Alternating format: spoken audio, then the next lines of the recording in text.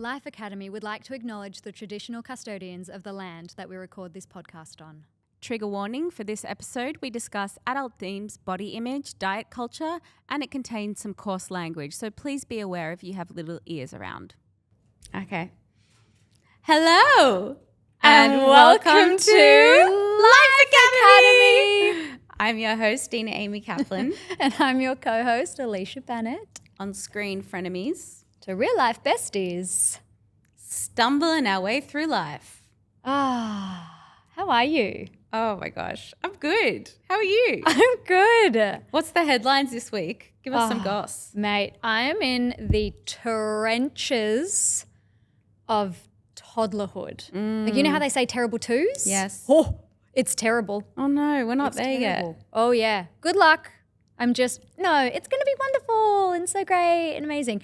It's like the best thing ever, but it's also the tantrums are effing wild. And it is a lot to deal with. Like Isla started doing this thing where she'll ask something. She'll be like, "Mummy, can we go outside?"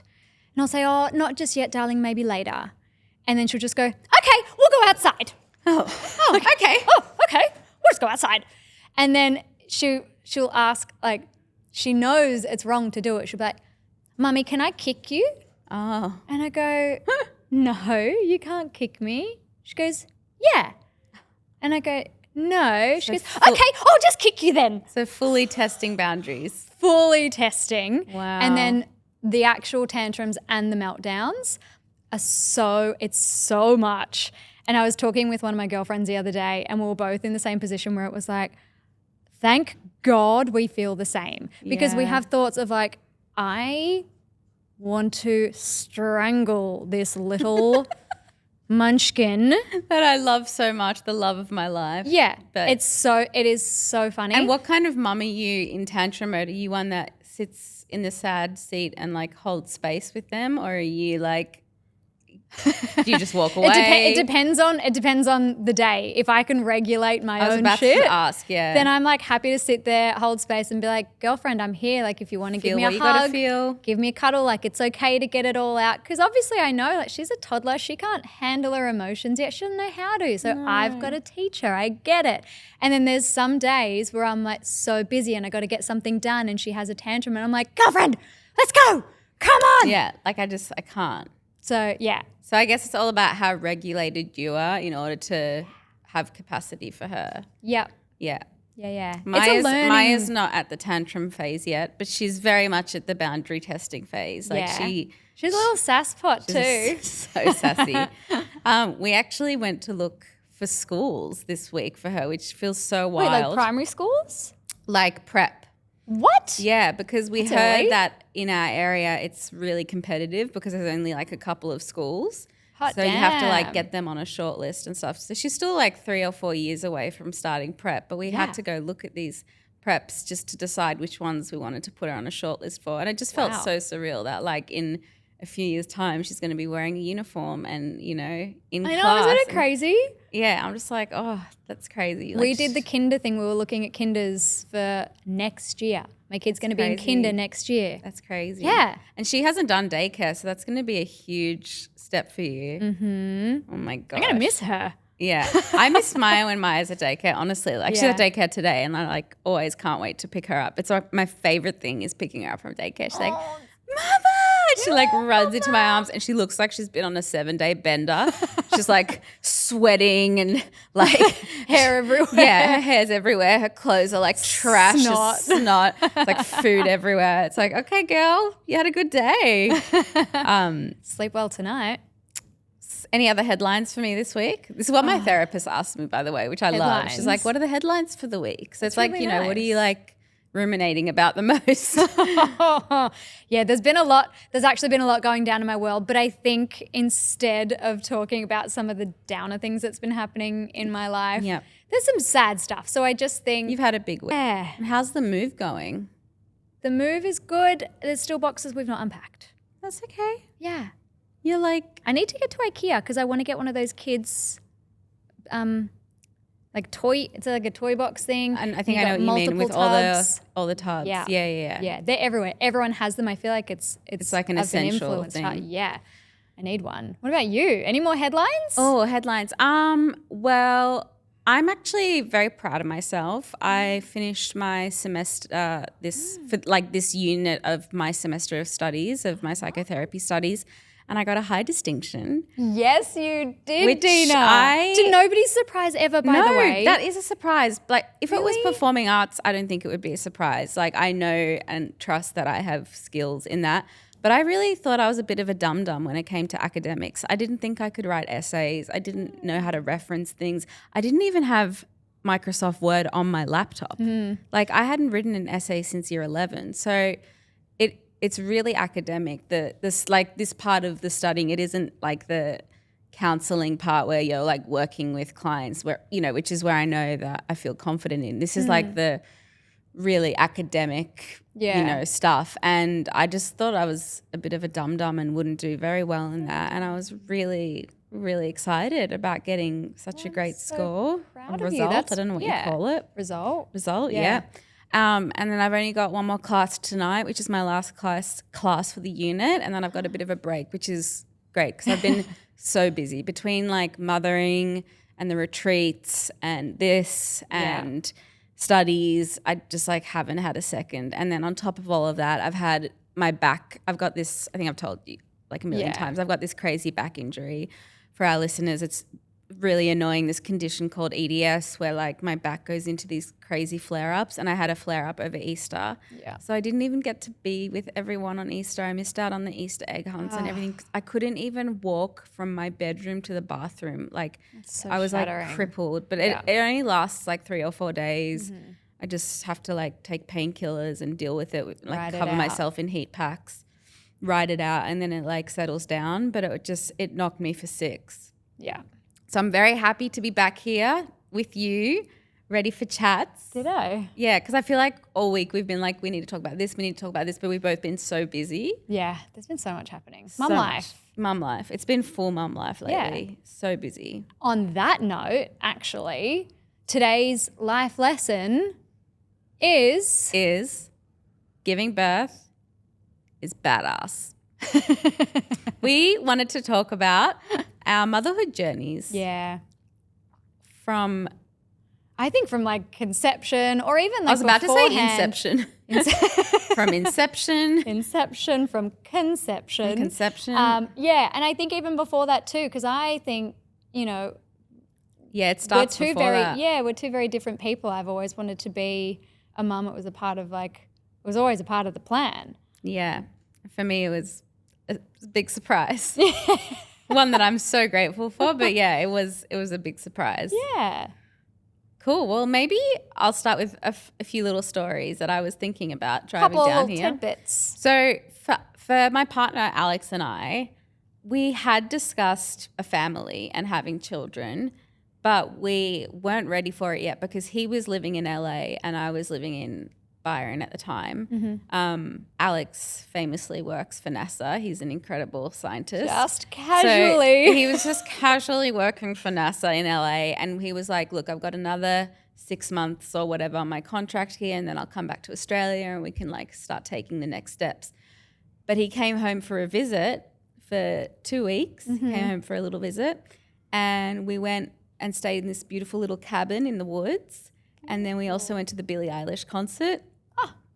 So like low key, we were going to call Maya Billie because we were like, we thought that was maybe the night we conceived. Oh my gosh. But anyway, he came home. I have been told my whole life with all my endo shit, with all my PMDD stuff, I'd been told that I would never fall pregnant naturally. I was always going to find it really hard. I was told that by every gynecologist, like that it would be such a struggle for me that I was probably going to need IVF, to the point where like I used to think I'm probably going to have to get my sisters to be surrogates. Like I've had so much trauma in my womb and so much, like I've been hospitalized like over 15 times with ruptured cysts and ovarian issues, so far out. I never thought it could happen naturally for me. So he came home for 2 weeks, and in those 2 weeks, something magical happened. And the funny part that I hadn't told you about was, so I was walking on the beach. I was actually in Queensland at this point. I'd moved from Byron. The floods had happened and I had like nowhere to live. So I'd moved up to this place in Queensland, but then I got kicked out of the place because I wasn't meant to have a dog, and I had 2 dogs because I was looking after Ben's dog, Teddy, who I've now adopted. Yeah. Anyway, I got kicked out of this place. Everything was a bit like chaotic. I had to find somewhere to live, but I'd gone for a walk on the beach and I had this like really weird, incredibly spiritual moment where I was like, I feel like someone's with me. It was really I just bizarre. got tingles all over my body. Like, and I, like I'm not woo-woo like that. Yeah. Like it was a very like deeply spiritual moment of being like, I feel a presence with me. Like I feel something with me. And then I started noticing like people walking their babies in prams and pregnant women. And when you like start noticing it and then you start seeing it everywhere. And I was like, Yeah. I'm going to take a pregnancy test. I just had this feeling. There was no like, my period wasn't late, my boobs weren't sore, nothing. I just had this weird like gut instinct that something was with me or someone was with me. So I went and I did a pregnancy test, and then I left it. I did it in the spare bathroom of the apartment I was renting, and then I left it out, because you've got to leave it for 3 minutes or whatever. Yeah. And then I went back to packing up my apartment because I was moving apartments literally that day. Yeah. And anyway, I forgot about the test. Of course you did. In classic Dena form, I forgot about the test. 3 days later. Stop. 3 days later, I came back. I looked at the pregnancy stick and I was like, oh, there's 2 lines. Oh, I'm pregnant. hello. 3 days later, I'm pregnant. Did you like pack that pregnancy test with you to move house? Like, what? Yeah, I had it in a little container to move. Yeah. But I'm like, what the hell? Like, I've got to call Alex and tell him, like, firstly, I was in so much shock because I was like, I'm pregnant. Like, I didn't think my body was capable of doing that. Yeah. And then I was ecstatic, and then I was terrified, and then I was like, he's not going to want to do this yet. Like, we had a plan of, at least another 6 months. And Yeah. like, he's got to be with NASA. So what, am I going to be pregnant alone for the next 9 months? And then am I going to have to move to America? Like, what? It was just so much up in the air. And the first person I called was actually my therapist.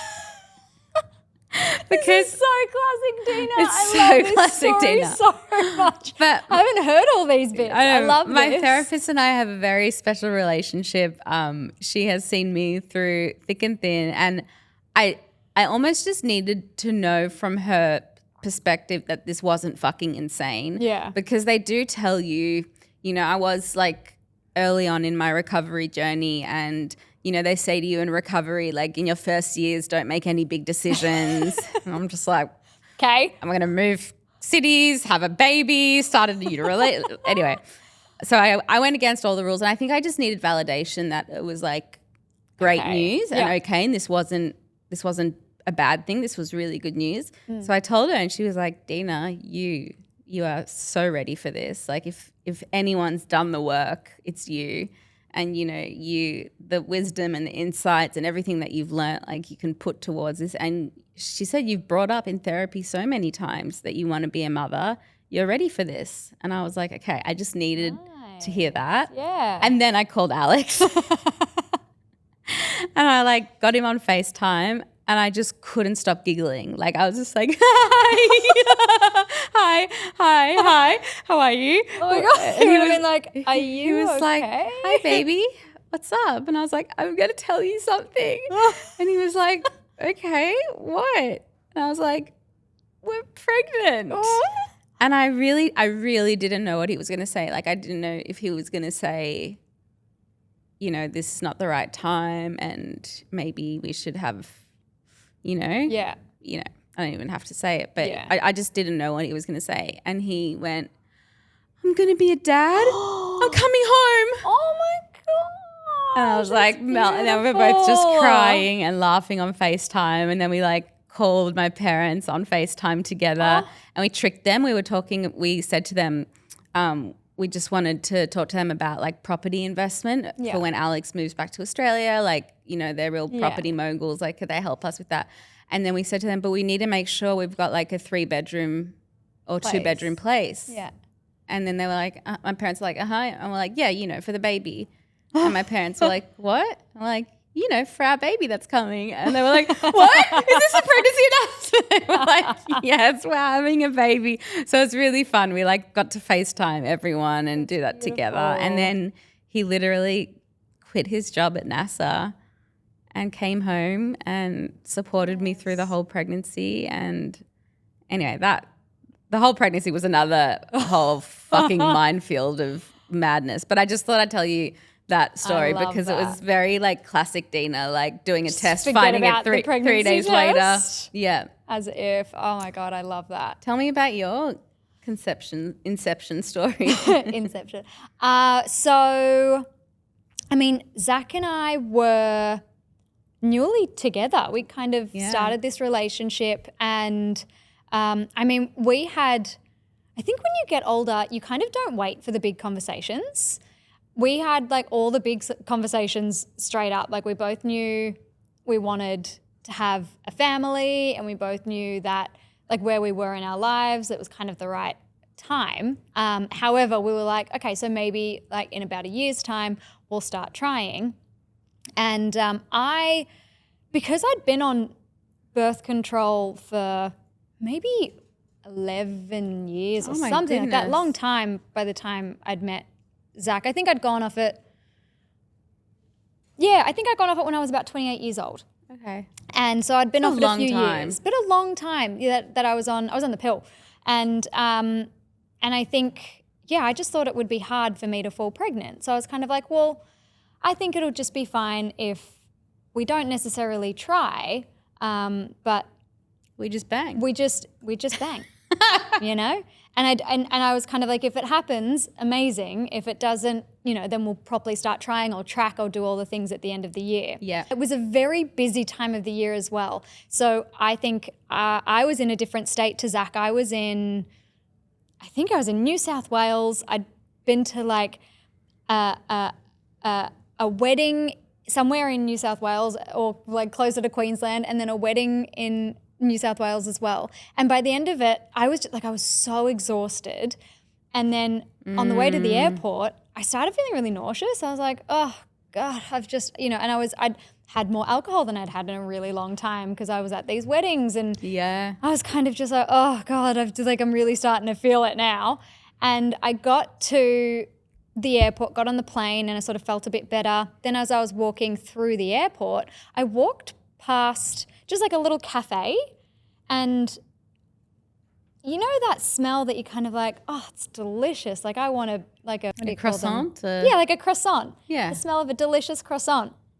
And the smell of it made me feel ill. Oh my God. And I was like, that's weird. This is weird. And I started thinking, I was like, I didn't drink that much. It's like, sort of like, And then Zach picked me up from the airport and I got in the car and I just said, I think I need to do a pregnancy test. And he was like, you're pregnant. And I just said, I was like, no. But I was like, no. I said, I'll do one just in case. I go, but no. And he's like, you're pregnant. We're having a girl. And I was like, okay, yeah, cool. I was on my way also. I was coming back and I'd had to film something like the next day in Ocean Grove. So we'd had a birthday lunch as soon as I'd landed from the plane. He'd taken me there. And he was like, we've got to go get a pregnancy test. Like, we've got to do it. And I was like, what? yeah, How tomorrow. He was just so sure. He was so sure. And I was just like, no. Like, was it like intuition for him? Yes. Right. Like, he was real. Like, he from day dot just knew that it was like, this is a girl and you are pregnant. Far out. But then, so I went and I filmed this thing. We're in Ocean Grove. When we got to Ocean Grove, I was in bed and I was like crippled over. I felt so nauseous and I was like, I think I just need to eat something. Like I feel so sick. We went to Japanese. It's my favorite cuisine. Yeah. And I was eating it and I wasn't feeling any better. And I was like, I don't even like the taste of it. Like, oh, I'm so unwell. It's just like, I'm so tired. And like still didn't even really click that like, yeah, 100% you're pregnant. So we get home the next day. Once again, he's like, let's go get pregnancy tests. And I was like, oh, all right, fine. Like we'll go get one. And I went into the bathroom, did the pregnancy test, and obviously it tells you like, weight a couple of minutes. 3 days. Wait 3 days. Wait 3 minutes. Wait 3 days. Same. So I'd finished. I'd put it on like the sink or whatever. I stood up. I looked at it and I was like, oh. And just straight away, like it didn't need any kind of minutes. No, it was like bang. It was, straight Mine up. was like that too. And what I'd realised was that I'd missed an entire period without realising, just because of how busy I was. And I'd had like a little bit of spotting. And at that point, my period was kind of like all over the place anyway. So I was sort of just like, oh. So I was pretty far along by the time I found out that I think I would have been about 7 weeks when I found out that I was pregnant. Wow. I came out to Zach. I was like, Zach. And he goes, yeah. And I was like, I'm pregnant. He goes, no, you're not. I was like, okay, so now you're saying I'm not. But it was, we were just kind of like shocked. And straight away we like started making plans. We're like, oh my God, like we're going to do this and we're going to do that. We're going to have this house. And it was just so exciting. And I think both of us had a minute of like, hold on, like are we doing this? We're doing it. Are we doing this? And I think for me, motherhood has always been the end goal. I've always wanted to be a mum. I've had kind of 2 major dreams in my life, and one is sort of career-wise, and then the other one has always been to have a family. Yeah. So it was and you've always had such a special relationship with your mum. Like it's something I've always just noticed and thought was so beautiful. Like you're so close, you're so She's tight. my best friend in the like you have entire such a world. special relationship. So I can understand why motherhood was so appealing to you. Absolutely, yeah. I think I always dreamed to have a relationship with my kids in the future that I do with my mum. My mum is the most phenomenal woman, and my It's a best really friend in the special entire relationship. world. It's pretty rare, your relationship, I have to say. Yeah. I don't know too many mother-daughter relationships that I've seen like yours. Yeah, I it's think really special. funnily enough, the girls that I grew up dancing with are all quite close with their mums the way that mum and I are. I think it's been really special, and I think I feel very, very lucky that I do have that relationship. And my mum had like the relationship with her mum like that as well. So beautiful. Yeah, it's a very, very special thing. And I think when I found out that I was pregnant, I thought I was like, oh, I think I want to have a boy first and have like a big brother to any siblings that come along the way. And I just kind of had this thought. I was kind of like, I think maybe I want a girl first. And I didn't really, I mean, not that I would have cared really either way, but just this little twinge of like, oh, because it would be so nice to have what me and mum have. Yeah. And Zach was just like, it's a girl. Like, I'm telling you, it's a girl. He was so 100% Mr. that it was a girl. Intuition. Yeah. Wow. He knew it straight away. And it was honestly finding that out. And as soon as we found it out, the plan started in motion. And I was so ecstatic as well, because I was like, I'm so glad I didn't have to go through like months and months of trying. Like, I felt so incredibly lucky and blessed. That's how I felt too. Like, so many of my friends were just going through so many rounds of IVF, going through surrogacy, just not that many people around me were falling pregnant naturally and easily. And the fact that it happened for both of us naturally and easily. It's such a blessing. Like, the biggest. I genuinely thought, given my age, given that I'd been on birth control for so long, I thought it was going to be hard for me to fall pregnant. I really, really thought I was going to struggle. Yeah, me too. I really relate to that. And it's like, it felt like a miracle for me, like such a miracle. Yeah, absolutely. So isn't it just nice? I love it. Best. I feel very, very lucky. I really relate to, I really wanted to have a boy, and I actually thought I was having a boy. I was pretty convinced, and I even had a name for a boy. Wow. And I said to Alex the whole time, we're having a boy. Like, I could feel it. I was like, this energy of this child is so strong. I felt it like that day on the beach, and I was like, it was just strength that I could feel, and I was like, it just felt like masculine energy. Yeah. And I was like, I guessed that you were having a boy. I thought you were going to have a boy, I'm pretty sure. Yeah, a lot of people were saying that. And I thought, for sure, I'm having a boy.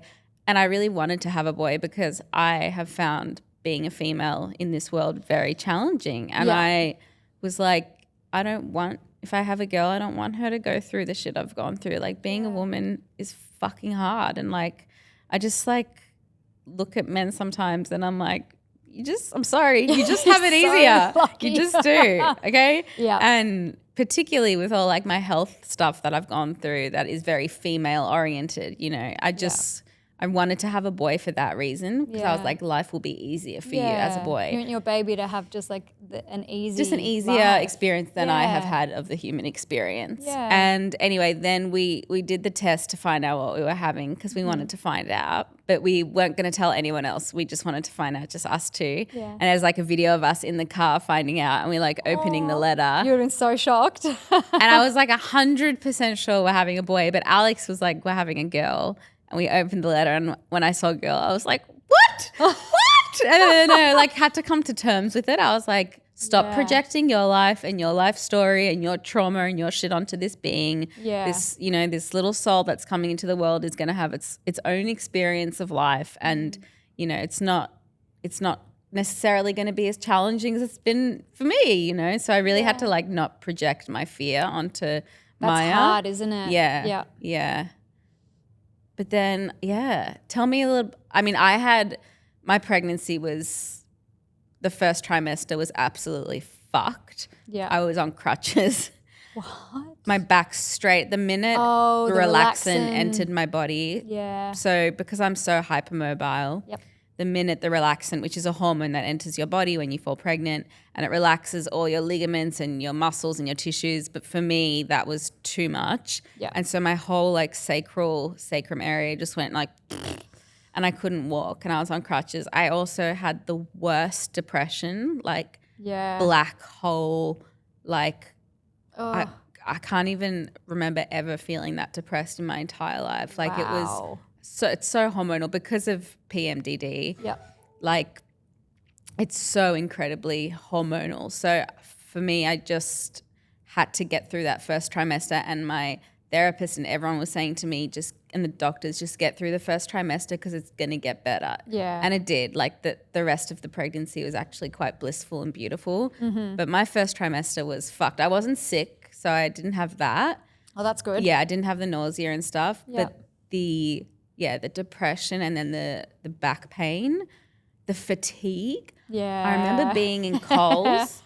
I was halfway through doing a food shop in Coles and I just sat on the floor and started crying because I was like, I don't know how I'm going to get home. Oh God. I don't know how to finish this food shop. I'm so tired that like I don't know how to even get to my car to drive home. Like and like people came up and helped me. Like it was a level of fatigue and exhaustion that I've never experienced in my life. Like wow. Yeah. Well, hasn't it come out as well that there's studies that show a pregnant woman, like the amount of energy that is exerted in a day is the same as someone running a marathon every single day. I've read stuff like that all over Instagram. And which is insane. And it is, I mean, we're creating bones and like and a nervous system brains and a brain. and nervous systems in our body. Not to mention an entire other organ as well. Exactly. It's in the just placenta. wild. How was your pregnancy? My pregnancy, so my first trimester, I was quite nauseous. Once it hit at around that seven week mark, I just increasingly got more nauseous as the time went on. Ugh. I didn't have HCG, thankfully, because that's, as you know, my worst nightmare. Feeling nauseous is honestly the most horrendous thing I can imagine. I hate it so much. Imagine you were vomiting every day. You would not have coped with that. No, and I think the way that I also stopped myself from getting to the point of vomiting, because I was nauseous enough, was I was thinking about what my body was actually doing and why I felt nauseous. And I was like, no, so it's just like your tummy's doing this thing because it's so hungry and it's empty because all of the energy's going to the baby. Like if I thought about it on a really logical That's really clever. level, yeah, I don't know, but it very much helped me because as I was going to work, I was working in the city and I was sitting on the train and the train would get so filled up with people and I'd start getting anxiety that I was like, okay, I'm going to vomit in front of all these people and like the random person sitting across from me is going to cop it. So I just had to like go through this thing in my head where it was like, no, you feel sick because of this, that and the other. And I'd just sit there and like clench my fists until the doors open and I could just run out. But yeah, I think, and same thing, like the exhaustion was a lot. But I definitely took more naps than I had in the past, I don't know, Forever. 10, 20 years of my life. And then, yeah, once I hit second trimester, the nausea dissipated, thank God. Although I do remember being in Kmart, I thought it had finished. I thought we were done with the nausea. And I was doing a shop because we were going to have a gender reveal. And I was, going through the supermarket. I had my trolley and I was on the phone to Mum and I was like, oh, I think I'm starting to feel a little bit nauseous again at the moment. And then it just hit me, this wave. I was like, oh. And so I took the trolley up to where you pay. And I was just kind of standing there and I was like, oh God. And I just said to the lady, I was like, I'm so sorry. Do you mind if I just sit on the floor here? Like I'm really newly pregnant and I can't do this. And she was like, oh, of course. And she like kind of showed me where I could come and like have a little seat to the side. And I love that took we my both trolley, just had to sit down just in the middle of massive the supermarket. shops. Yeah. Because I was just like, I feel it's happening, it's coming, and the exhaustion that hit at the same time. And I was like, whoa. And the lovely lady in Kmart was just so good to me. And then made sure that she kind of like put everything through while I was still sitting down and put it all back in the trolley. It was very, very sweet.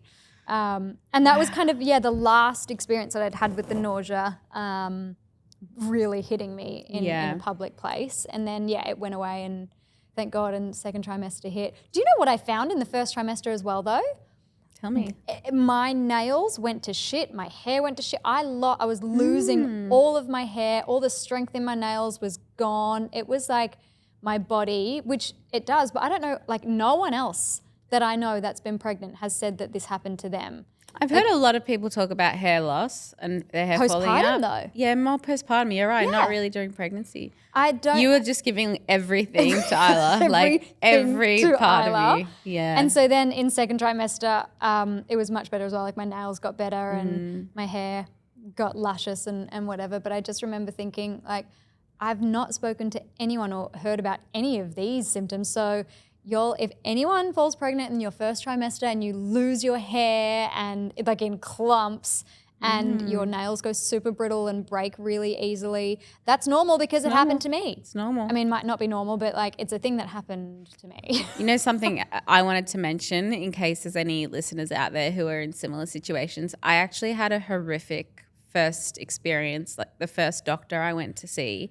So like we found out we were pregnant, told Alex, and then like I booked an appointment the next day to go see a GP and I didn't have a GP so I just went and saw whoever I could get an appointment with because I just didn't know what the next steps were. I was like, do I do bloods now? And I went and I saw this male doctor and we had a little chat and I was on and still am on medication for my mental health. And he said to me, are you sure this is the right time for you to be having a child considering the medications you're on? And that was the first thing a doctor said to me. And I just what? There is so much stigma and so many dangerous comments and opinions out there about women who are medicated, you know, getting off all their medication to have children or like, you know, it causing birth defects and all this stuff. And like, sure, you need to be careful. But like, imagine like that was the first thing I heard and I was just gutted and at this shattered. Like such an exciting thing. Life. I was just shattered. Like, and then I was like, just felt like the biggest fuck up. Like, like I can't have a kid because of my fucking depression and, you know, insomnia and like, and then I was like, how the fuck am I going to get off all these medications so quickly? You know, I can't, you know, they're things I have to taper off really slowly over time. And so it just left me in this like impossible situation. And Alex was like, go and get a second opinion, go see a different doctor. So I made an appointment with the female doctor. And she was like, sweetheart. He said, what? She was like, sweetheart, you just stay on all your medication. All that matters is that you're stable and you're well. there are babies born on ice and heroin and alcoholics, like all this stuff, you know, your antidepressants and your sleep medication, like you're going to be okay. Yeah. And, you know. And your baby's going to be okay. Yeah, you just need to stay stable. Like that is the priority, is that like you're healthy and you're stable. And it was just like the biggest relief. And then we went and we found an OBGYN who specialized in more complex cases, like people who were on medications or had to have what they call more complex pregnancies, which mine turned out to be very complex because I had all my mental health stuff, which I had to manage, and then I had gestational diabetes. Yeah. At what point were you diagnosed with that? Yeah, I can't really remember when. I guess whenever you go do that test, test where you have to drink that disgusting sugary drink. Lemonade. Mine came back. I was also gaining weight rapidly, like really, really rapidly. Yeah. To the point where I was like, okay, and like I was just so swollen. Like my ankles were like the size of my thighs, and like I couldn't wear shoes. Like everything was just really swollen. And so I did that test and they were like, yeah, you have gestational diabetes, and I had to go on insulin, and quite a high dose of insulin. So I was injecting every day. Wow. Yeah, and it was pretty intense, like monitoring the diabetes and trying to keep all that under control. And then the whole pregnancy, I was just so anxious about being on medication. And my biggest fear was that my baby was going to be born going through withdrawals. Like that was my biggest fear. Yeah. And so we went through the Royal Women's Hospital. I decided to go there because they have the biggest NICU unit, because I wanted to know that if my baby is born and is having withdrawals, that there'll be a NICU unit where they'll, you know, make sure she's not in any pain. And, you know, I was so terrified of like, because I've been through withdrawals, you know, I have like severe PTSD from going through drug withdrawals. And like, it was just for 9 months, that was all that played on my mind. Like, I do not want to have a baby that's born in pain and suffering because of me, you know? Anyway, Maya was born, and, you know, they do like the test where when they're first born, and they go through all the things. I can't remember what it's called, but I have no idea. Yeah, but memory. she passed it with flying colors. She didn't need to go into the NICU unit. Amazing. She was perfectly healthy. So all this fear that was instilled in me about, you know, being on medication and, you know, the stigma that came with that, it was really, I remember like sitting in this psychiatrist's office just bursting into tears, being like, I feel so guilty. Like I feel like such a failure. Like I'm going to make my baby sick, or it's going to be born with birth defects or something because of me being on medication and blah, blah. And it was just like the guilt that I had for that. Mum guilt already. Yeah. So I just want to say this for anyone out there, like if you are thinking of having children, or if you are on medication and you're pregnant and you're feeling guilty, please just look after yourself, look after your own stability, because from my personal experience, my little angel couldn't be healthier. She's like just passed every milestone with flying colors, and like I went through all of that turmoil for 9 months for absolutely no reason. Yeah. And now, God willing, you know, I'd love to have another baby, and I'm not going to put myself through that again. You know, I'm just going to be like, yes, I'm on medication. This is what I need to stay stable, and I can have a healthy baby at the same time, God willing, you know? Yes, absolutely. Yeah. Yeah. It's such a tough one, I think.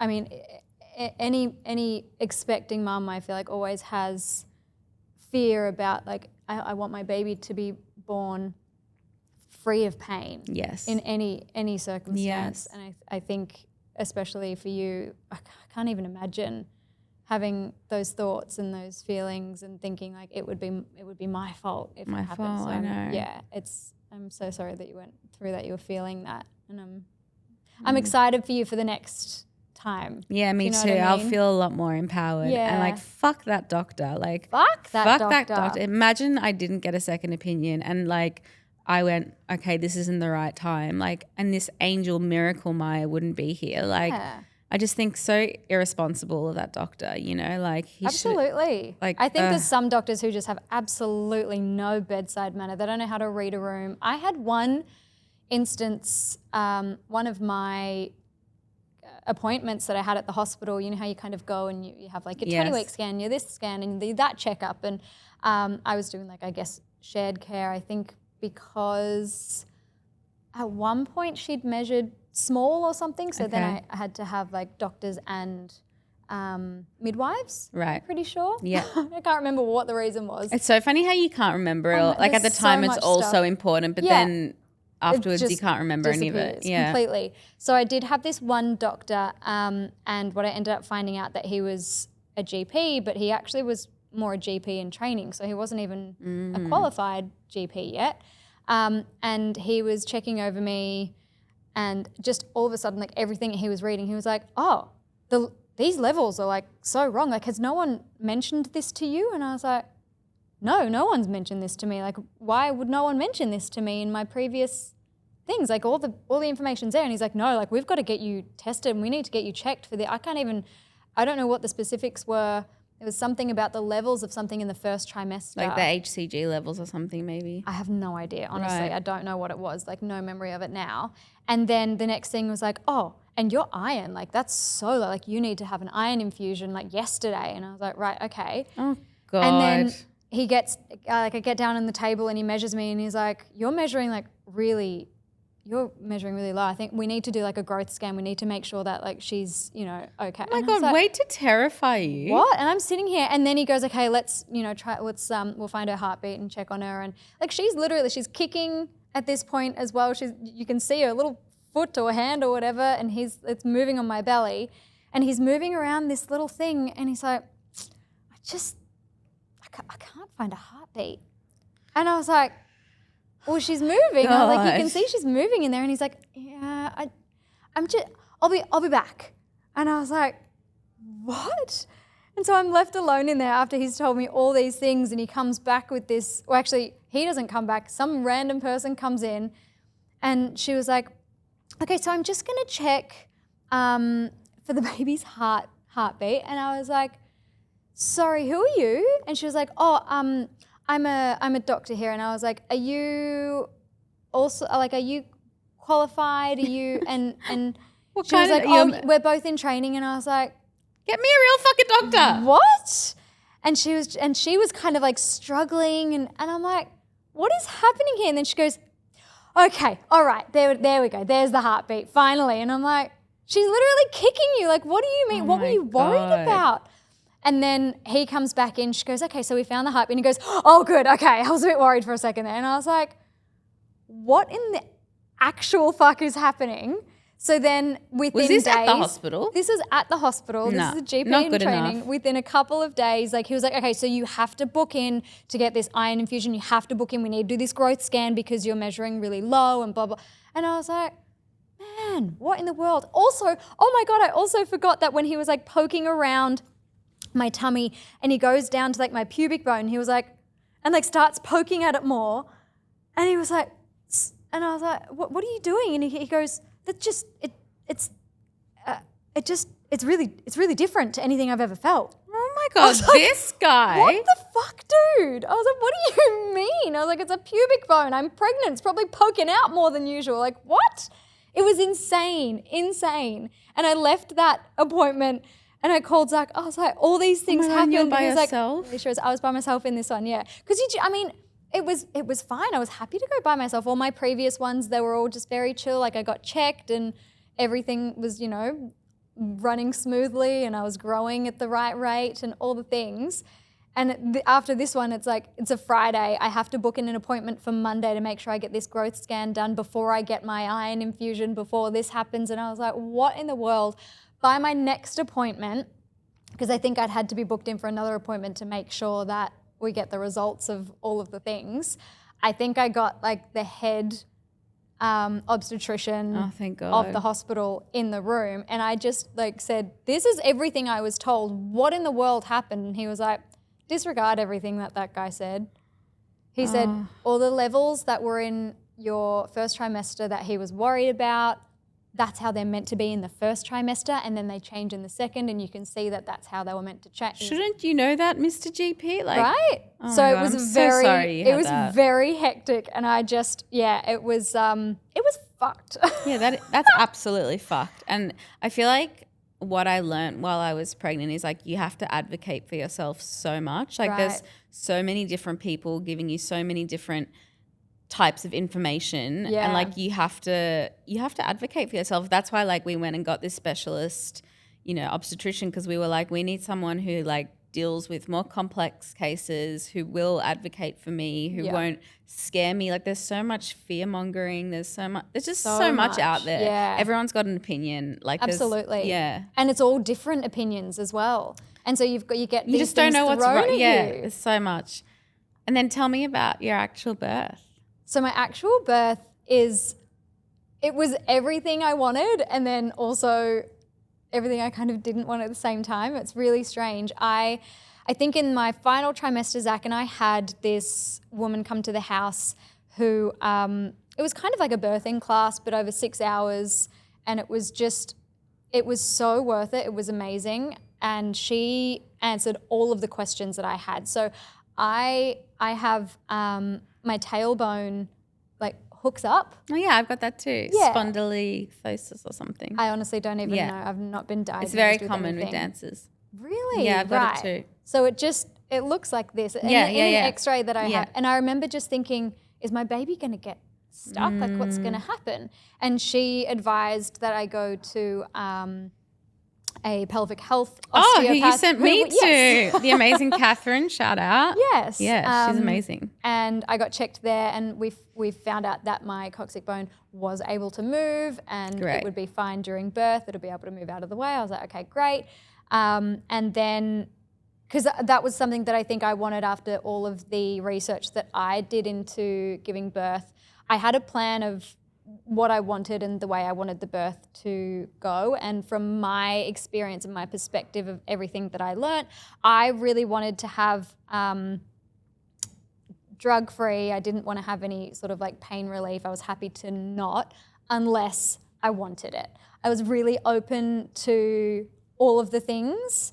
I think the more intervention, I think the stats on the more intervention that you have, the more intervention that you could potentially need. And so I was like, okay, I think the least amount of intervention to start off with is what I'm looking for.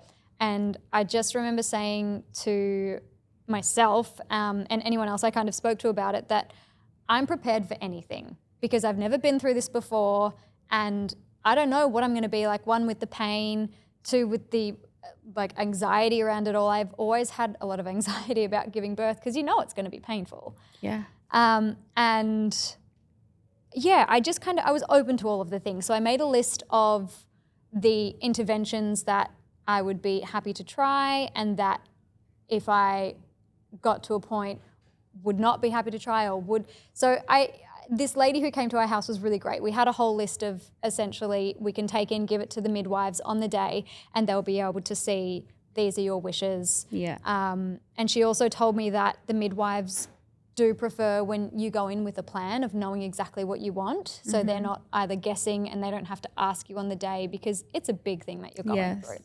So I'd planned that I didn't want to have any kind of intervention. I think the list of things pain-wise, I was happy to try first off trying the gas and then second off if that wasn't enough then I wanted to try these water injections that you get in your back. After that, the epidural and then, there was something else after that. I had a TENS machine as well. So that was my plan going in. I was at about 38 weeks and maybe 3 days and I hadn't yet packed my hospital bag because I was so sure that I was going to go over. I was like, I'll probably be about 42 weeks when I go into labour. Why did you think that? Because at first pregnancy, like statistically, you're going to go over. Yeah, okay. I also expected for it to be an extremely long labour. I was like, this is going to go for days. And I just kind of prepared myself for all the worst case scenarios just so that then I didn't have any expectations of how it would go except for the worst case scenario. So then I'd be like pleasantly surprised if it went differently or easily or something, you know? So I remember the night before I started getting contractions, we were at our friend's place for dinner And as we were leaving, she's like, so when are you due? And I said, oh, in a couple of weeks' time. But I said, but I'm 38 weeks, so kind of, I mean, anytime really now. And she was like, oh my God. And I said, no, like I won't be anytime soon. I'll go over. And then at 4 a.m. I woke up, I went to the bathroom and I had like a show of blood and I was like, huh. And I started doing some Googling and I was like, is this the mucus plug? Like, I don't know. And I still don't know to this day what was coming out of me, whether it was a mucus plug, whether it was just a show of blood. I don't know. And then I remember messaging a couple of friends who had kind of recently given birth, but it was 4 a.m. Like they weren't going to be awake really, or they were going to be awake, but they'd be feeding their babies. Yeah. So, and like no one really had any answers for me. It was kind of like, yeah, I mean, maybe like you could be going into labor. And I was like, huh. And then I stood up and went back into the room and I woke Zach up and I was like, hey, so I don't know, maybe might be going into labor. I'm not 100% sure. He looks at me and he's like, yeah, you're going into labor. This guy. And I was like, no, like, well, we'll see. I went back to bed and I slept for another few hours, but I could feel I'd started contracting. So it was kind of like I was and what did that feel like? I mean, honestly, those ones to start off with did feel like period cramps. Like period so just cramps, like low cramps around this sort of, this section of your belly that you do feel your period cramps. So really low So cramps. really low cramps. Okay. And when I woke up, I was like, okay, yeah, I'm experiencing some cramps. And I said that to Zach and I said, this might be happening. And then I was like, oh, but I don't know, we'll see. I reckon it'll probably finish. I go, we're 38 weeks. He's like, Alicia, you've got to pack your hospital bag. I was like, oh, I should probably do that now. So I started kind of like walking around the house, grabbing things to put in the hospital bag. As I'm going, like contractions are starting to kick in more and more. And I'd called the hospital, I'd called my parents, his parents. And Mum was like, okay, well, like for me it started and then it stopped. And I was like, yeah, that's going to be me too. I was like 100%. I'm not going to continue going into labor. Like this is not the day. And as I'm going about packing this bag, just like increasingly the pain is getting worse and worse. And I remember I went and I sat outside. It was a beautiful sunny day. Zach cut up some watermelon and got me like a little juice box. And I was just sitting there. I've got this photo of me sitting there with my hand over my face and like curled up just in pain. Because I think even at that point, it's hard to explain what the contractions were like because it was almost like a full body thing. Oh. Like it didn't feel like period cramps anymore. It was just like everywhere. The whole like contraction. Yeah. And then I wasn't timing anything because I was still just packing the bags. And we just got to a point where we're like, I can't believe your bag wasn't packed. My bag was packed like a month in advance. Everything was labeled in Ziplocs. Like I was like so excited to pack my hospital bag. I think I was just so overwhelmed with it all. Like the thought, because we hadn't also, I'd ordered all this baby furniture for the baby room.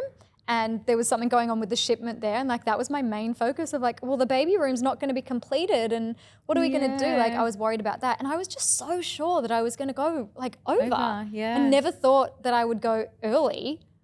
Like I thought, even on time, but this was early. Yeah. And so I was like, this isn't happening. And anyway, we put the TENS machine on and we were like, okay, it's time to go to the hospital now. How good are the now. TENS machines? Honestly, I don't know. Like, because I wouldn't know any different of, like it hurt either way. I love the TENS. When my back flares up, I use the TENS machine on my back. What do you find it does for you though? Does it take away the other pain? Well, it distracts you because it basically brings on pain, but manageable pain. Yeah. And it distracts you from the core pain that you're having. So I love it. So for me, when my back goes into these really severe spasms, the TENS machine is like the only thing that can pull me. Wow. Yeah. So it brings on another pain, but a pain that's more manageable and distracts you from that.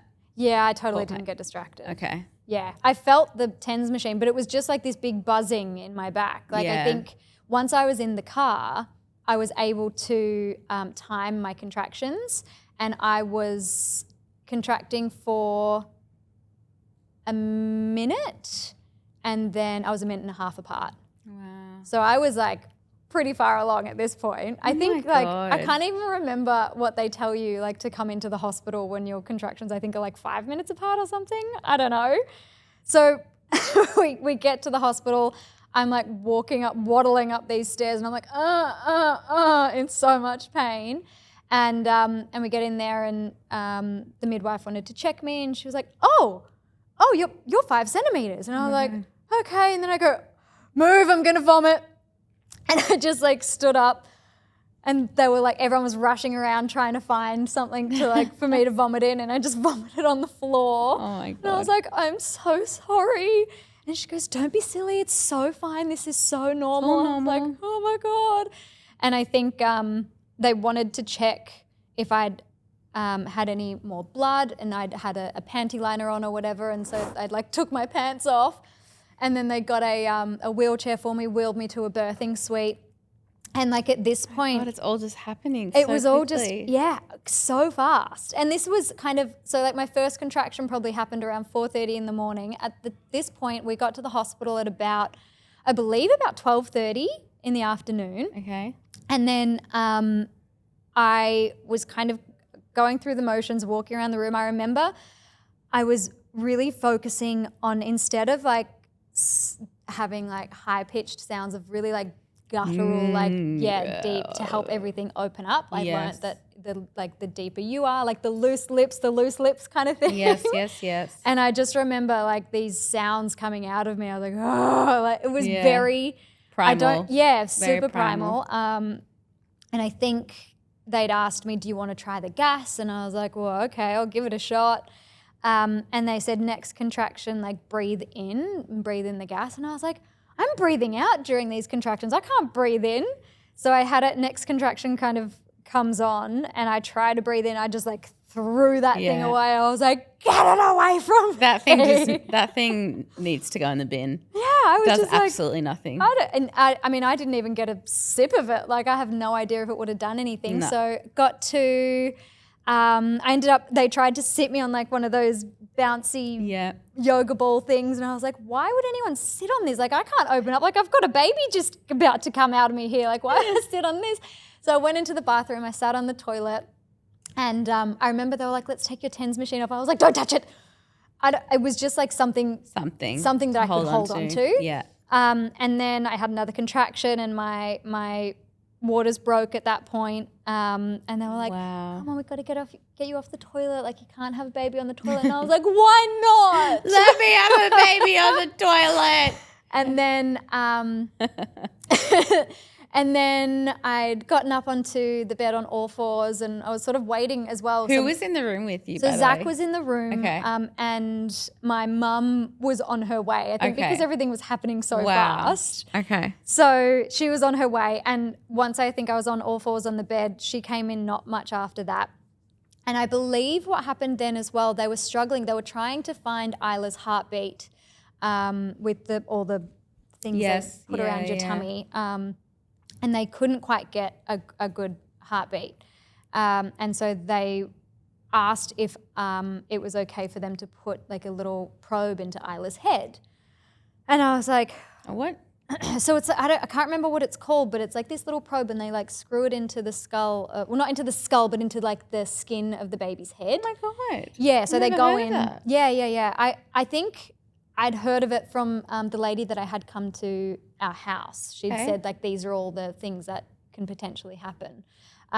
So I was sort of aware. I didn't really necessarily want it, but also I was at the point where I was just like, I remember at this point too, I'd said to Zach, I was like, I think I need the epidural. Of course. And like this was, because I was like, if this is going to go, I kept thinking that this was going to be going for another 30 hours. Yeah. I didn't even think that like I was going through a transition at this stage. Wow. Totally was. And then I think the nurses didn't even say like it's too late for that. They were just like, okay, we'll look into that. Yeah, kind of thing. They know what they're doing. But it's like, there's no way I would have been able to sit still at that point either. Like to sit still and get, no way. So anyway, I ended up saying yes to getting this little heart monitor in her head. And as they kind of go inside of you and they put the heart monitor on, she was like, she goes, Alicia, your baby's right there. She goes, if you start pushing now, like you're going to have a baby very soon. Oh my gosh. She goes, you can push now. And I was like, right. I remember my body also started like pushing on its own. Wow. That happened, and I didn't know whether that was normal. I didn't know if it was meant to be happening or if I should be stopping the pushing or what it was. But Your I body just knew what to do. it was doing what it was doing, and that was before my waters broke as well. I remember kind of looking around and I was like, is this meant to be happening? And I mean, it was, obviously it was all very natural. And then funnily enough, so I had to be on my back for when they'd placed the probe in her head. And at that point they were like, do you want to get back on all fours now? And I was like, I can't move. So I didn't necessarily want to give birth on my back. Once again, I think just with my tailbone and the way that my body and my hips were, my plan was to give birth on all fours. However, yeah, at this point I was just like, I don't give a fuck. Like, I'm just going to push this baby out of me on my back.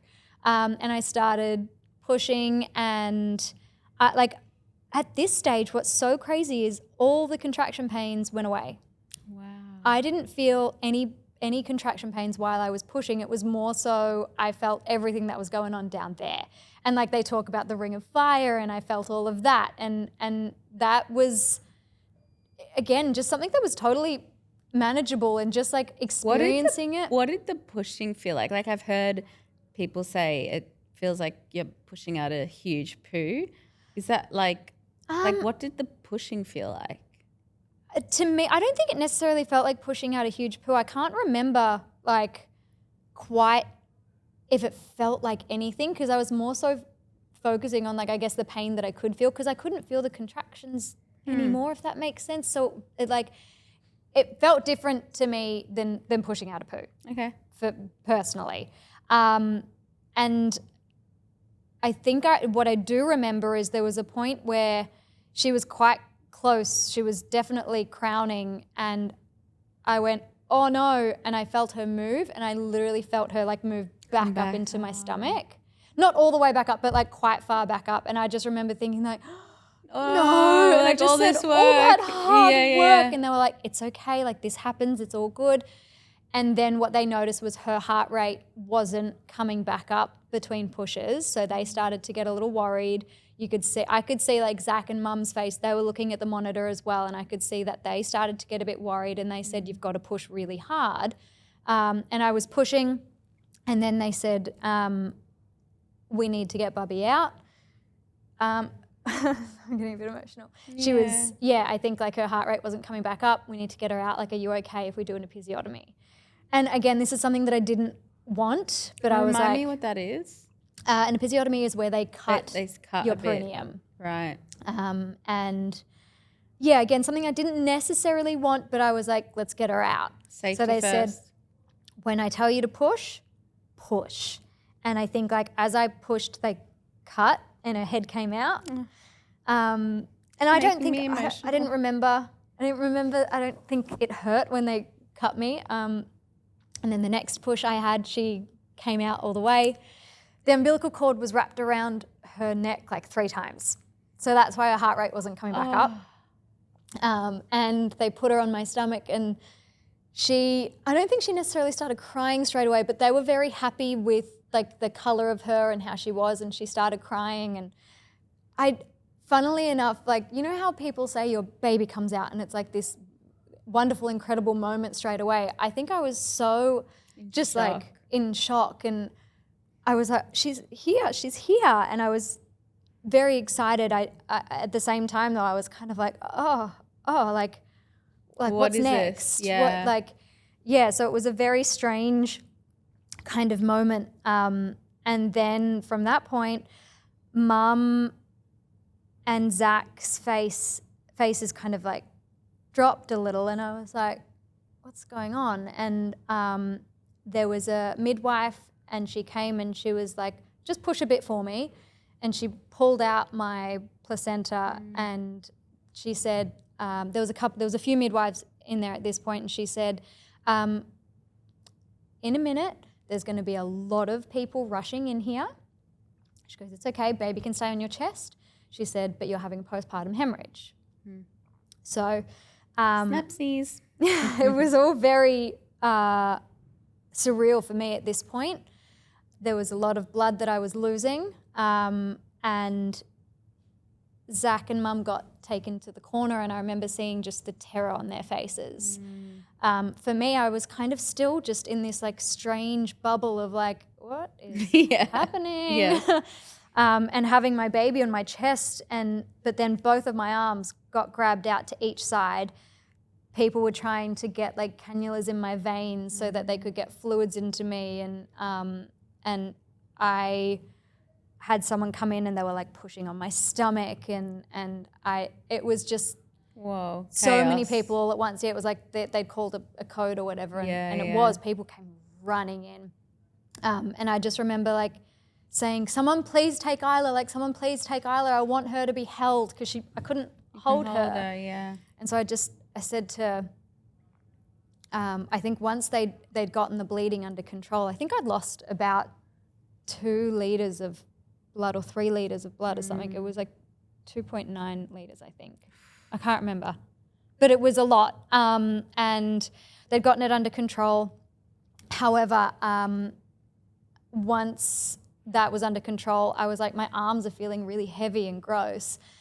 All my veins had collapsed. So I just had like fluid going into my arms. Oh, and so for the next like 6 or so hours, they spent so long trying to find veins, and like I was poked and prodded trying to get cannulas into my veins so that I could get some fluids, and they could take blood to figure out if I needed to get a transfusion or anything like that. They also, I remember when it was happening too, they were like, you might need to go into surgery if we don't get this stopped. Like there was so many things. It was wild.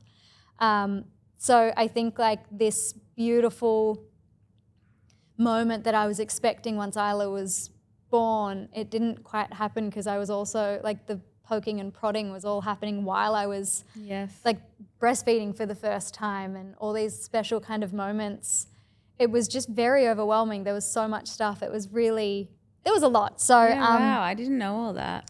Yeah, it was again like I after all of that, it felt like I could do anything. Yeah, like invincible. I was like, I'm a goddamn superwoman. Like I pushed this baby out. I didn't have any pain. No pain relief. And I lost that much blood, and I'm still here. Like I felt. You are such a badass. Like such a badass. You are such a badass. And I remember walking around once, I'd recovered a little bit, and I ended up going to the supermarket, and I was walking around looking at all these women with like multiple children.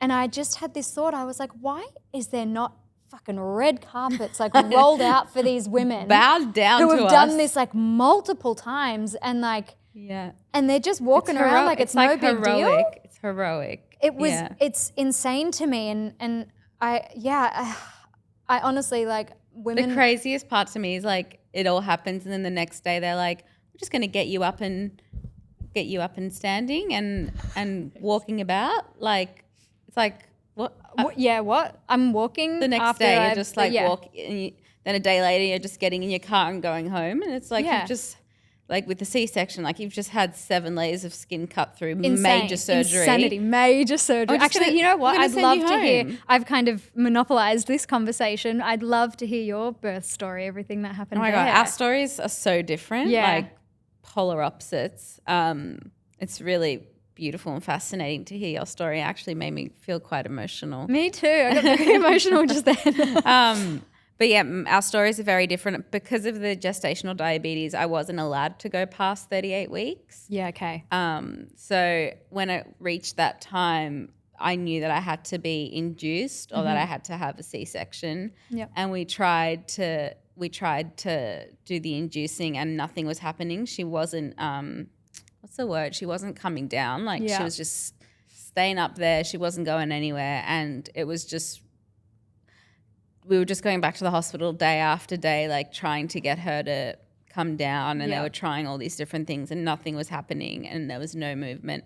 And then on like we basically decided, they said to me like, what's your highest priority? And I had also done this whole course of like breathing and dancing and singing her out of me and growling her out of me, and like I really wanted a natural birth. I really wanted to do it pain-free. I really wanted that experience for myself. Yeah. But, my highest priority was her safety and her health, not my experience. Yep. So they kind of said she was showing signs of distress and like, would I be okay to do a C-section? And I was pretty bummed about that because I really wanted to have a natural birth. But at that point, we'd like spent, I don't know, like 4 days at the hospital straight of them going, okay, it's going to happen today. And then they'd be like, come back the next day. Okay, it's going to happen today. Remember that, yeah. And we were like, okay, we're having a baby today. We're having the baby today. Sorry, we can't fit you in. There's no space. And the big part of it was that there was no space in the NICU unit. And then because I was like a high risk pregnancy, they needed to make sure that there was enough beds in the NICU unit. So they'd be like, oh, someone just had twins, so now there's not a bed. So I don't know, we came back, I don't even know how many times. I remember texting you around this time as well because I was like, I'm so excited. Like today's the day Yeah, because we your kind of had body a being date. here. And it was like, I don't know, so many days later. But eventually, I mean, it's just so surreal. Eventually, like I, had made peace with the fact that I was going to have a C-section. She really was not engaging and the induction methods were not working at all. So I just sort of was in acceptance about it. I like hope if I have another baby, I'll get to have a natural birth experience. It's something I really would love to experience. But just for the experience as well, I think I want to know that I can do it. Like I've never even had a contraction. Like I don't know what that feels like. Like I went straight from just like this baby in my stomach, and now we're going to cut it out. And so it was very surreal. Like we went in and they inject your back with like, I don't know I think it's similar to the epidural, but they inject your back with numbing agent. So like they get a piece of ice and they like start it at the tip of your head and you can feel the ice and it comes down and then all of a sudden you can't feel the ice anymore because you're just numb from here downwards. So they couldn't get it. It should usually take like 10 minutes to get this injection done into your back. Because of my fucked up back, it took them like an hour, 3 different anaesthetists and what's it called? Like the machine of blank. Anyway, they couldn't get the needle because there's like so little space between your vertebrae. My vertebrae. They couldn't get the needles into the right place. So like I was bent over in that position for like an hour and they were trying to get these needles in me. Alex didn't know what was going on. They told him he'd be back in here in 10 minutes for the birth. And he's just sitting out there and he can hear me like crying and in so much pain, not knowing what was going on. Oh my God. Anyway. Were they like poking and prodding you for that hour? Poking and prodding me with different needles. And they were just like, we just can't get it in. We can't get it in. We've got to try it. Let's get another anaesthetist. Let's get another anaesthetist. Okay, let's get the ultrasound machine. We'll try this. Anyway, eventually what was about to happen is they said, we're going to have to put you under. And I said, I am not being unconscious for the birth of my baby. Keep trying. And so they did. They kept trying and eventually like they got it in. And then that was fine. I was numbed out. I'm lying down. Alex came in. He like sat next to me and held my hand and we put on our favorite artist, Niels Fram, which is like this beautiful sort of orchestral music. And it was like a really long track, like about a 9-minute track. And I could just feel them. It just felt really rough, but not painful. But it felt like someone was ripping open my stomach and then like shoving things around and pushing. And I just remember thinking how rough it all felt, like and messy and like the tugging and then they said that I'd hemorrhaged as well. And that I'd lost a lot of blood. Apparently like blood vessels had hemorrhaged. So like when they cut me open, like it had been an explosion of blood. So like I heard a bit of panic and I heard extra hands running in. But I don't know, I felt like not stressed about it. I don't know. I guess I couldn't see what was going on and it didn't feel painful. And then the next thing I know, they're like lifting her up and she's literally, and we've got a photo, she's in the Buddha position. She's got her hands crossed and her hands like this and her legs crossed and she's just like, Oh my God, that's and then amazing. she let out, she was pink as anything and let out a big cry and then they put her on my chest and I've never felt any feeling like that in my life. Like it was, for me in that moment was a feeling of euphoria that I have never experienced. And like, I've had a lot of really high highs in my life and, you know, amazing experiences, but her on my chest and Alex next to me holding my hand. Yeah. And just, I couldn't even see out of my eyes. I was sobbing so much, and I wear contact lenses and they were like falling out because I was crying so much. And she just had her little head against me and she was like so at peace.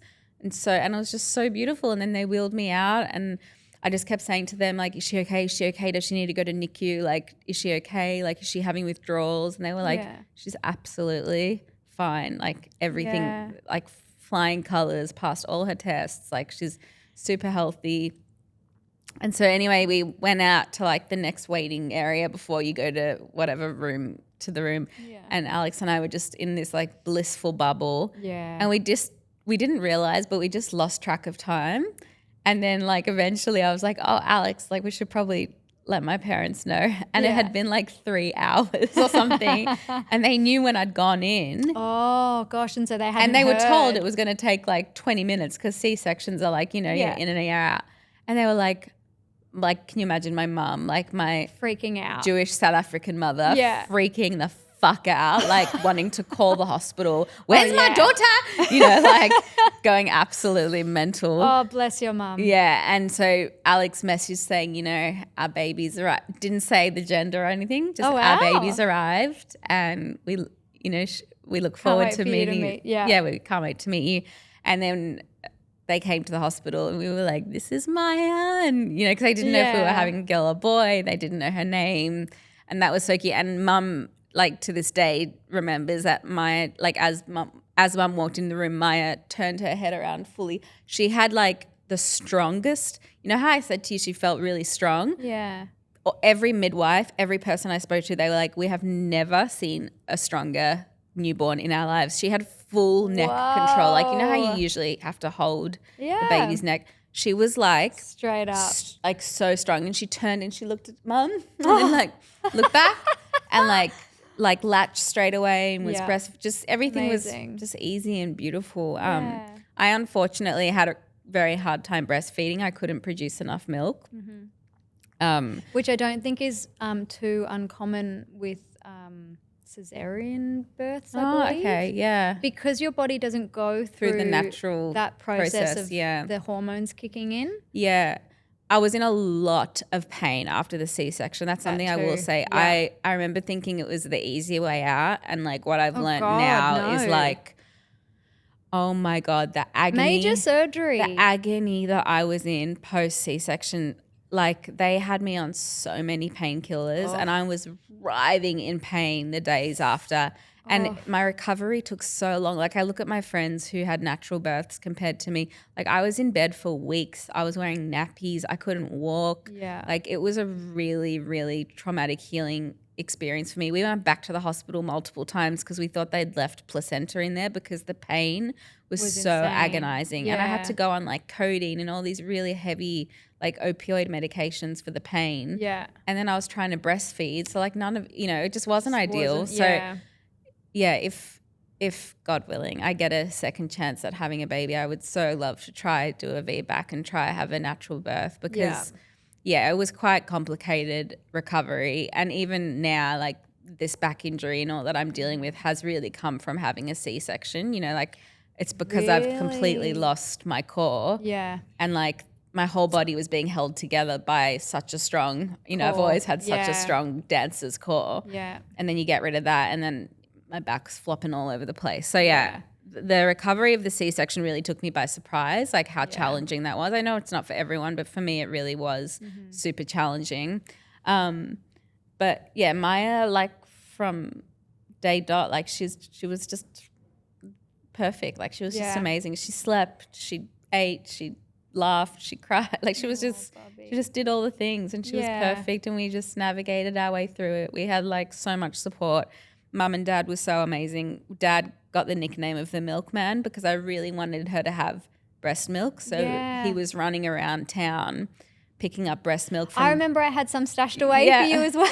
From all my friends that were willing to donate to me, like, you know, it makes me sad. But yeah, I wish I'd had that opportunity to breastfeed her for longer, but I couldn't produce. I even tried going on medication to help the production of the breast milk and it wouldn't happen. And they said it was a mixture of the diabetes and the C-section and the medications I was on and blah, blah, blah. Yeah. But I found breastfeeding to be so beautiful. So I really wanted to do it for longer. But I did it for 4 months. Amazing. Yeah. But then they were like, you're not producing enough to keep her sustained and healthy. Yeah. And once they said that, I was like, let's go formula. Absolutely. And actually that was the best thing ever because then I started sleeping through the night and Alex could do the night shifts. Yeah. And, you know, that was better for my mental health. Absolutely. But yeah, it was just a really beautiful experience. And I don't know, I feel like I would just give anything to feel that moment again. Like the moment she was put on my chest and I had Alex there and her there, I was just like, this is life. Yeah. This is what it's all about. And I'd go through all of it a million times again just to have that, you know, that euphoric Isn't bliss. that something that's so crazy is I remember saying the same thing of, you know, people hearing my birth story and being like, whoa, that's hectic. And I was like, I would do it a bazillion times over to get her. Like, oh my God, I would do it. Yeah. All the pain, whatever all of it took. Anything it is, I would do it over and over and over to get that same result of just this perfect little bubby on my chest. I know, and we both got now these angels. I know. These like just, we're so blessed. So lucky. I love I'm actually that. still sort of breastfeeding. Kind of. I mean, I was very, very lucky, I think, with my breastfeeding journey. Isla latched straight away really well. There wasn't any issues with her latching. And I was really lucky that I didn't get any pain, I think, with with it as well. But now I'm like, I think the reason I've not stopped yet, it's more me than it is Isla. Yeah. You get really attached to it, I imagine. I was very attached to it. Yeah. I think it's an intense thing to think I've got to let go of this. I've had this with Isla since the day she was born. Yeah. And to let go of that is it's a very terrifying. Deep connection, that feeling. And yeah, it is a big change. But I will say it's very liberating. Like I felt I felt my freedom come back and it was very nice to sleep through the night and going on formula was for us, it was a great thing. It worked really well for us, for our family. Absolutely. Oh, and this is genuinely the thing of like it's fed is best. If your bubby. Oh, I love that. I haven't heard that saying. Have you not heard that? No, that's really sweet. I like that. It is. It's just that's what it is for your baby. Like if you're not able to like produce enough milk or like it doesn't matter. I think it's a real thing. I think it's very special what our bodies can produce in terms of the milk for our babies. I think that's really special. But if there are circumstances completely outside of our control. Yeah. And if you've tried everything. If your baby is hungry, feed your baby. Yes. Yeah. Whether that's a bottle of milk from formula or from your breast. Like, yeah, totally agree. All that matters is that your baby is healthy. Yeah. I asked myself that question over and over again through motherhood. Like, what is my highest priority? What is my highest priority? Because so often, like, we can get in the way of being like, I want to do this, or like natural, mothers do this. And for me, it's just always been like her safety. That's my job, is to protect her as a mother. So like, yeah, she needs to be fed. She needs to be, cared for in this way or whatever. So it kind of takes out the ego from it a bit when I just go, what is my highest priority? Her safety. What does she need? Yeah. Not what I need out of this experience, not what I wanted, not my birth plan. Like my birth plan couldn't have been more not to plan. To your plan, it was. I had all these like affirmation cards. And, like I was so ready to like stomp and growl her out of me. Oh my God, my hospital bag was packed like a month in advance. Everything was labeled. I had like every fucking product on the market was in that bag. And I'd been sent so much. I've never been sent more free stuff in my entire life.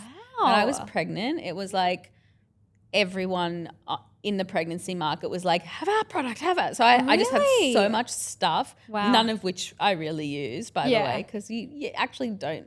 There's not a lot of stuff. Like you kind of have your main things that you use and then everything else is just like an add-on. Yeah. But anyway. Wow. Yeah. I definitely, It's a wild ride. It's a wild ride, but so beautiful. And I'm so grateful that we got to do it together, really. Like I know. We've been side by side through this mothering journey. And yes. I'll hold your hand through the terrible twos that are coming. Okay. That might not happen for you. But, maybe not, maybe not. If they do, I'll be here with open arms and a shoulder because you'll need it. Oh my God. Well, you're doing amazing, all things considered. So are you. Yeah. I couldn't even tell you're in the tantrum trenches. Oh, makeup is a wonderful thing, Dena. All right, well, we better wrap up. Let's wrap this up. Do you have any homework for our listeners today? Homework for the listeners. You know what? Yeah. And this is just for you guys to feel good in your body and yourselves. This t-shirt that I am wearing, I am obsessed with it. I love it. I've got about maybe 6 t-shirts from this brand called Marku. I do too. We're both obsessed We're with both it. obsessed. Do yourself a favor and go and check out Marku. Buy yourself a t-shirt from them. They also have like long sleeves and jumpers and brilliant, beautiful hand-painted products. I'm in love. I love that recommendation. Yeah, I think I don't know if I'd know anyone who wouldn't like their stuff. So no, I love their stuff. Yeah, and we'll definitely be wearing it throughout the recording of the pod. So yeah, check it out. Check them out. It's a great recommendation. Thanks. Mine this week is actually I just finished watching the most brilliant series. It's on Disney Plus. It's called Dying for Sex. I've heard of that. It is so brilliant. It's like the greatest acting. The whole concept of the show is just kind of genius, and I fell in love with it. I watched the whole thing in like 2 days. Stop. So check it out, Dying for Sex. Michelle Williams is in the lead, Yes. and it is just 10 out of 10 the best series I've seen this year. What's for it sure. on? Disney Plus. Disney Plus. Okay. All righty, That's a guys. great one.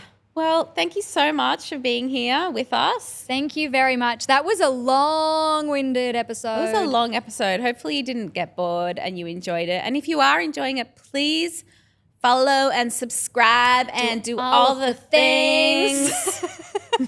So that we can keep on bringing you our weird, questionable life lessons and stories and advice and homework. Yeah, and get in touch with us. DM us if you are going through any of this stuff. If you're pregnant, if you have questions about this too. Yeah, we're so here for you and here to chat. Yeah. Check us out on Instagram, and we've got a TikTok, and we'll have And our our Facebook Facebook. page. So it's all there. We'll have all this in the show notes.